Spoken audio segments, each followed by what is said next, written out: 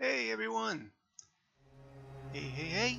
And well, I guess this is a sort of first look, half quick look, half review of Total War Warhammer. Uh, I was planning on actually streaming it, but I haven't had any sleep this weekend. I am exhausted, and since I have some issues with ADHD and other stuff, uh, streaming requires a lot of energy for me. So, I decided to compromise and just do a little video for you.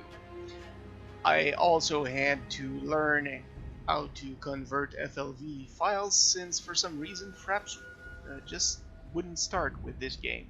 I suspect it has something to do with the controls in the game being similar to the ones I use for Fraps. I changed them and it still wouldn't work. So, hey, I'm using OBS to record this. And because OBS records stuff in FLV files, well, I had to learn how to modify them. Anyway, so yeah, let's take a look at this.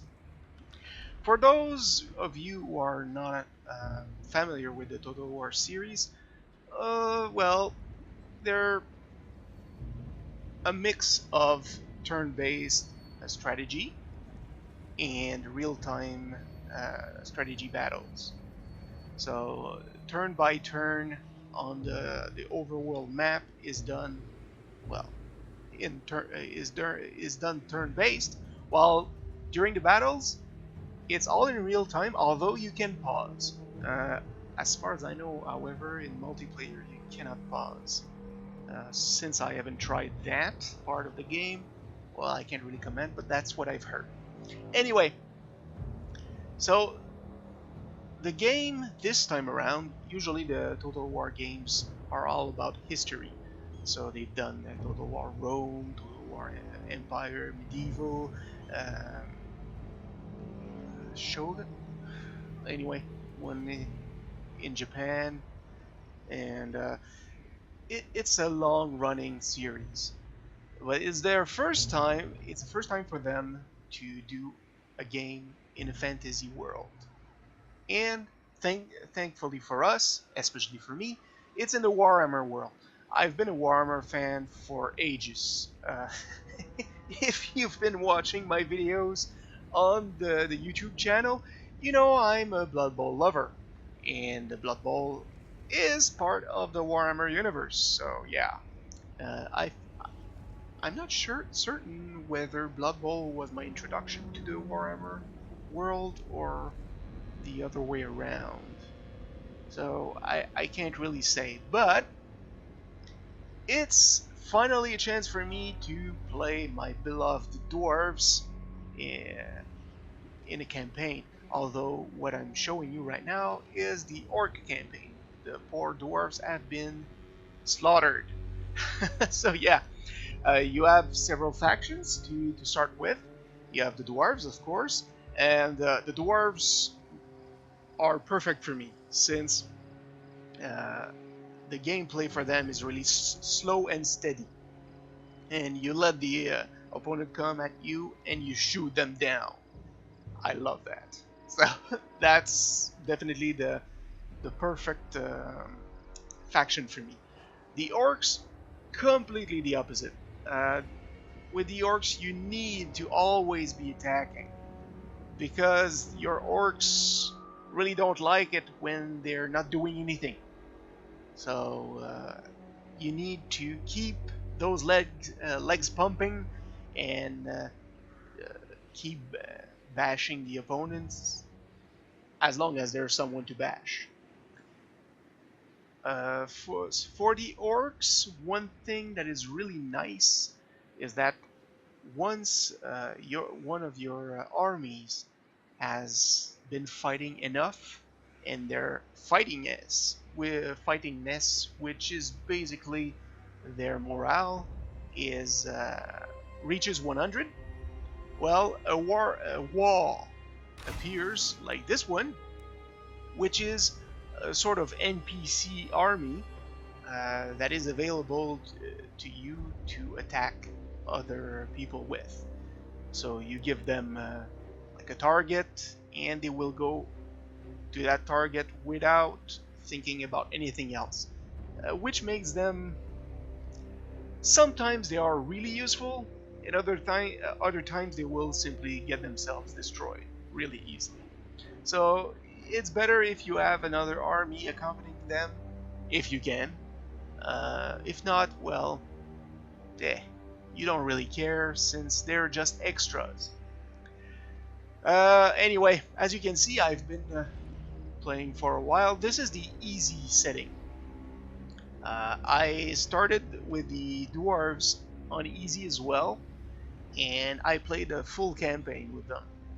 And easy was easy, except for the beginning, because the dwarves play against the orcs at the beginning, and orcs with the wall that appear here and there can be extremely difficult to fight at the beginning. I remember that I barely squeaked through a couple of turns where I had to fight the orc army led by Grimgore, and afterwards their war that came at me as well. But after that, things settled down, and I was able to slowly but surely gain power. With the orcs, I would say that I've had an easier time at the beginning, but now things are getting more difficult. Because at some point you kind of lack opponents, so it's very difficult to maintain your fightiness at a high level. So anyway, yeah. After that, the other factions, you also have the Empire. I haven't tried them yet, but they will likely be my next target for a campaign.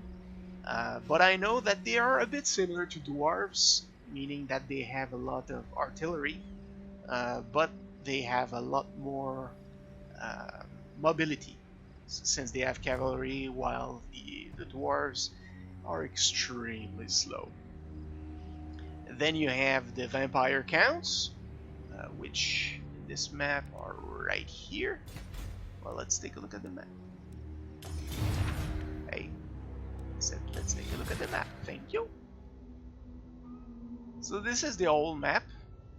As you can see, there's plenty that I have yet to explore. The green is my faction. The white here, they are allied with me, but I have yet to incorporate them into my kingdom. Then the other factions, well, they don't really like me, those hate me, etc, etc. So this is the basic map. In the north you have the Chaos Hordes, and that's another faction that you can play. The difference with the Chaos Hordes is that they don't really have settlements, so they rely on raiding and raising and things of that sort. You know, they're very aggressive to advance and get stronger. While the vampire counts are really strong on magic, so you know, they'll raise dead to compensate for losses incurred during battles. So I can't really talk about the Empire, the Vampire Counts, and Chaos since I have yet to play them, although I have watched a lot of streams with those factions, and I already know that the Vampire Counts is probably a faction I won't like. I like them in theory, but in practice, as far as the gameplay goes, probably won't be my type of play. I prefer to either sit back and shoot, or just run straight into the enemy with a big badass lord like Grimgore and have some fun. So anyway, let's take a look at one hero. Hey, it's Grimgor, Ironhide. So the lords and the heroes that you can hire can have armor, weapons, talisman, and enchanted items, as well as followers and banners. These can give bonuses to different things. Like a banner could give more leadership so that your units will fight longer, or they could give bonuses to the goal that you get every turn, things like that. While the items that you equip usually have a more direct impact on your character as far as their stats go. And then you have the skills. Each class has different skills available. For example, if you take a shaman, well, they will have spells at their disposal, while Grimgor is all about fighting, so most of the stuff available to him are to improve his own stats. So he has insane weapon strength. hurts like a hurts like a bitch. And you have stuff like to improve your movement, and later on, well, in their case, a hero can have the ability to lower vampire and chaos corruption in the province that they occupy. And that becomes really important as you get closer to the vampire and the chaos lands. Since if you step into a province with high corruption, like 50% or more, then your units will start taking attrition. So they will lose soldiers every turn. And there are some ways to counteract that, but they're not incredibly effective. Dwarves and greenskins tend to have an easier time when running around Vampiric and Chaos Land because they can travel underground and they don't get the attrition there. But whenever they have to attack upstairs, then yes, they will get attrition. So yeah, but for the Empire, that becomes a real problem since they can't travel underground, and yeah, they take attrition really fast. Anyway, so yeah, you can get plenty of different skills here, and different. There we go. Here we have a shaman. So as you can see, the shaman has spells available to him here, and you can always check all the spells that are available from their sort of encyclopedia. So if you need information, it's out there for you to check. So anyway, so yeah, since I want to keep this relatively quick, since I tend to ramble a lot, as you can see, I won't do a full battle. That would be a real problem. So I just want to show one thing. So let's take a look at someone who can move and can get into a fight. Azad. Alright. So, let's have him attack. Whoops. I have to right click. Silly. So here you have the choice of fighting the battle yourself or auto-resolve it. As you can see here, it shows the strength of both armies. So the yellow line is you, and the red one is the enemy. So here it shows that I do have the advantage, but as you can see, my lord is really in bad shape right now, so he would likely die if I attacked right now. However, I'm not going to keep this game. I'm going to load after I've shown it to you, so we can attack. Just that I can show you a little bit what real-time battles look like. But you'll see that I'm a pussy, and I don't play real-time. I usually give all my orders paused, and then let the action go. So as you can see, they will have an army reinforcing them since they're next to their city. So that's another reason why it's not a good idea to attack them right now. So here I have the artillery, shooters, and the infantry. Alright. And Wolf Riders.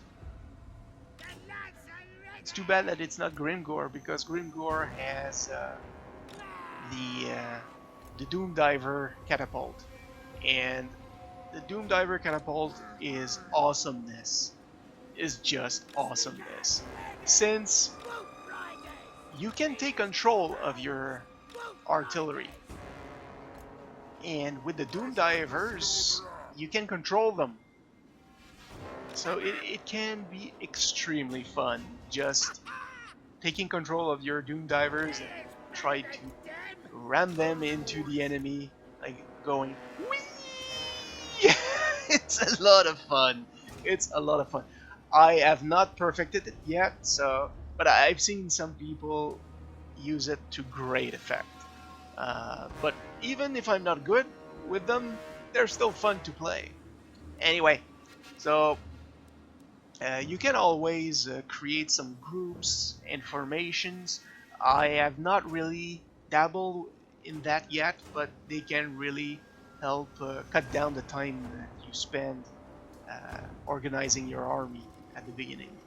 So let's just start. And here we have the army, and I'm pausing because I'm a pussy. You know me. Blood Bowl is a perfect game for me since, you know, it's turn-based, and when I play strategy games, I like them turn-based.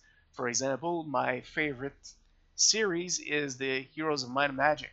I played the first, the second one, and the third one a lot. Especially the second and third one, I played 100 upon 100 of hours, and they're, to this day, they are almost tied as being my favorite strategy games.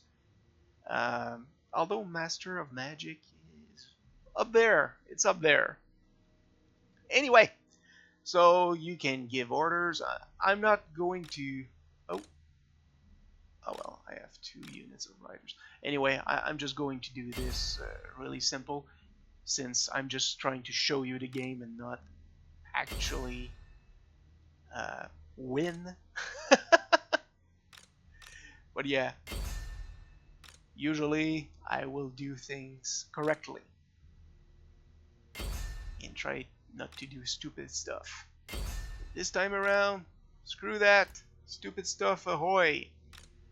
Although I will give an example of how things work here. So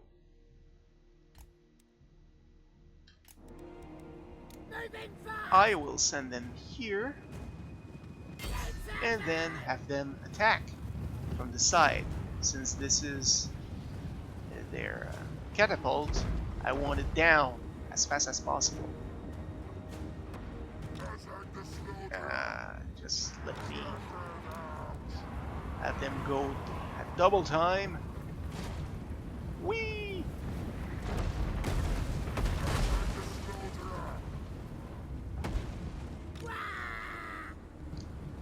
Okay, I thought they were taking their sweet time. And you can also... Oh, slow motion, I haven't tried that yet, but I've seen some people use it. You can zoom in. You also have different types of... yeah, I like that. You have different types of cameras that you can use.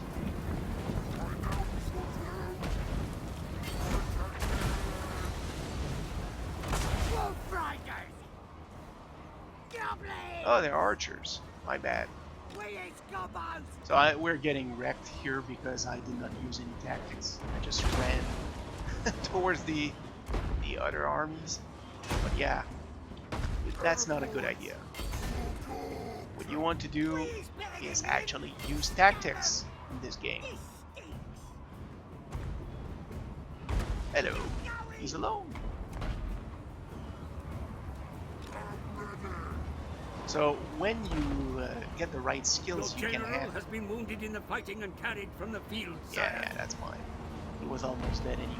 That's why all my troops are gonna go no, and they're they're starting to flee right now because the Lord is down. So yeah, if you choose the right skills, they have abilities here, and if they're a spellcaster, the spells that are usable will be here, along with the winds of magic, basically your power source and your mana pool. Anyway, so yeah, you can pause at any time to change their orders. And for example, when those miners came to attack my archers, usually I would have a couple of units next to them just in case they get charged by someone else, so that they can be defended and then continue to attack. But as they are right now, everyone is going to die, and bye bye. So let's concede defeat. We don't really care anyway.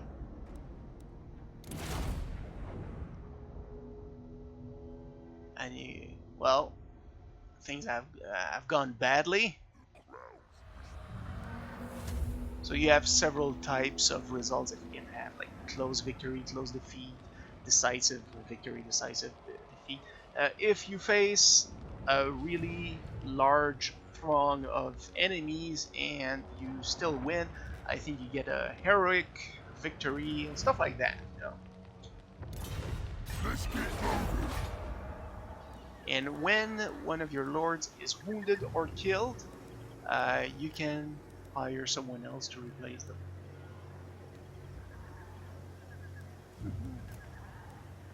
And usually heroes have um, specific skills on top of the skills that you gain as you level up. Also, one other thing, uh, you can have agents in armies, like this one. Where I saw one. Ah, there we go. Like the one right here with an agent for my allies, with an allied goblin big boss. So these guys can be used. They're basically the spies from the other Total War games. So you can either uh, attack or even assassinate other heroes or even lords. You can just go into a settlement and try to destroy buildings, or stay within a province and foment uh, wow, my mouth has stopped working. This wow, okay. Well, they encourage rebellion.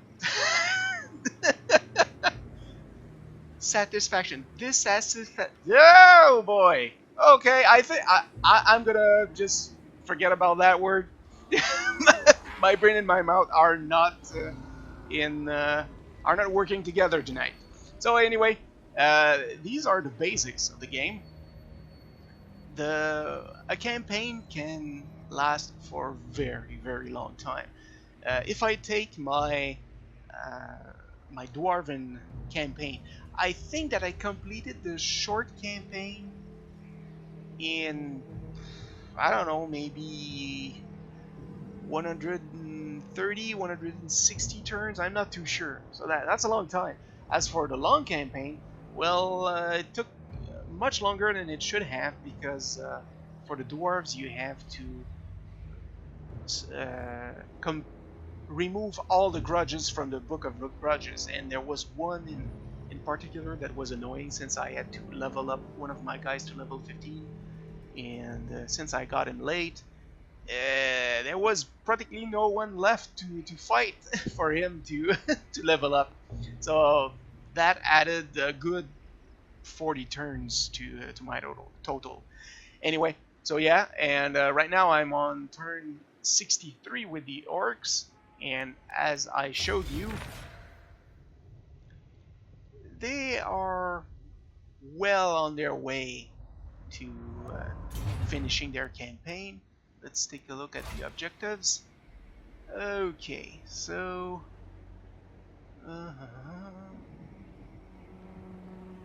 so yeah, I only have one orc faction to get rid of. I haven't raised enough settlements because I have occupied every dwarven settlement I found. So most of the looting and raising will come when I tackle the humans or the vampire accounts, since they don't seem to like me. As far as the dwarven holes are concerned, this is for the long campaign, right? Okay. And I need to destroy the Empire. Well, that's gonna take a while. And I haven't done a lot of raiding. And I need to destroy Chaos. So yeah, they probably have a good 80 turns left to their campaign. For the short one, already much better. I still have to destroy the Empire. Well, yeah. I'm gonna have to wait a while until I can do this. But yeah, one thing that I do find disappointing is that each faction can only occupy certain cities. For example, dwarves can only occupy dwarven holes or greenskin cities, while the Empire and Vampire counts can only occupy each other. And the Chaos cannot occupy anywhere, they have to loot, raise, and whatever. So that limits a little bit the size of your blob. I like seeing the whole map with my color, but it's not gonna happen, sadly. And right now we can't really use smaller factions in the campaign. I know that in multiplayer it's possible, but I would love to, for example, to play Bretonia, which is around here. So that would be fun. But yep, you can't do that right now. However, with DLC, I'm sure that we'll get a chance to play many other kinds of factions, as well as well, they are already planning 2 more Warhammer games. I suppose that the second one will have the elves and dark elves, and the third one will either be a sort of a clusterfuck with everyone fighting together, or maybe they'll try the New World where the Lizardman and Slan live, or maybe they'll go south or east. I don't know, but usually the Warhammer world, everything happens in the old world, which is the equivalent of Europe. And most, well, kind of like Lord of the Rings, every faction represents a country. Like the Empire is Germany, Bretonia is a mix of France and England, Norska is basically Scandinavia, stuff like that. And dwarves are awesome. They're the Scots. Anyway, so yeah, what do I think of the game? Right now, I would say it's an easy 8 out of 10. Very, very easily. The music is good. The gameplay is fun. The factions are all very, very different from one another, so there's plenty of replayability. And at least for me, the game has been extremely stable. I had one crash in the several days of playing. So yeah, I'm pretty happy with the stability. But I know that some people have had a lot of issues, so I can't speak for other people. And since I have a top-of-the-line computer right now, well, you know, what I see is not necessarily representative of what you would. So maybe you would get really, really bad frame per second if you played it on your computer. I don't know. All I can comment on is the stability on my computer, the gameplay, the fun factor, the replayability. I know I'm gonna play this game for a long time, although I need to play different stuff because uh, when you get tired, it's tough to micromanage a battle.